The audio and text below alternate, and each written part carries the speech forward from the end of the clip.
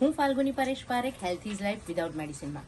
મિત્રો, આયુર્વેદના પાનોની વાત કરીએ છીએ, તેમાં મીઠા લીમડાની વાત કરીએ તો લીમડાની સુગંધ જ આવતા આપણને ખૂબ જ મન મોહી જાય છે. લીમડાની સુગંધ જ ખૂબ જ મનમોહક હોય છે.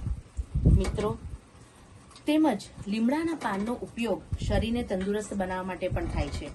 આયુર્વેદમાં મીઠા લીમડાના પાનનો આપણે ઉપયોગ કરીએ છીએ. ડાયાબિટીસ, ડાયેરિયા, ગેસ્ટ્રોમાં લીમડાના પાનમાં રહેલી ઔષધિના ગુણો ખૂબ જ ઉપયોગી છે.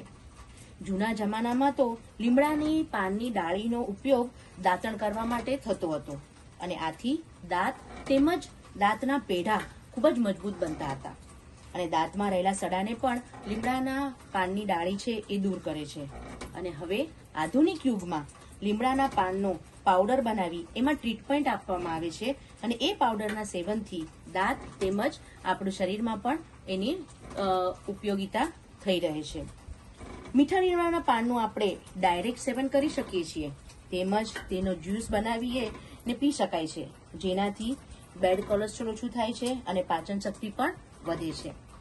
આ લીમડાના પાનમાં વિટામિન્સ, કાર્બોહાઈડ્રેટ, ફાઈબર અને નેચરલ ઓઇલ રહેલું છે, જેના સેવનથી હાર્ટ પ્રોબ્લેમ, ડાયાબિટીસ, પેટનું ઇન્ફેક્શન તો દૂર થાય જ છે, તેમજ ઉતરતા વાળને તેમજ સ્કિનમાં પણ આપણને એ ઉપયોગી બની રહે છે.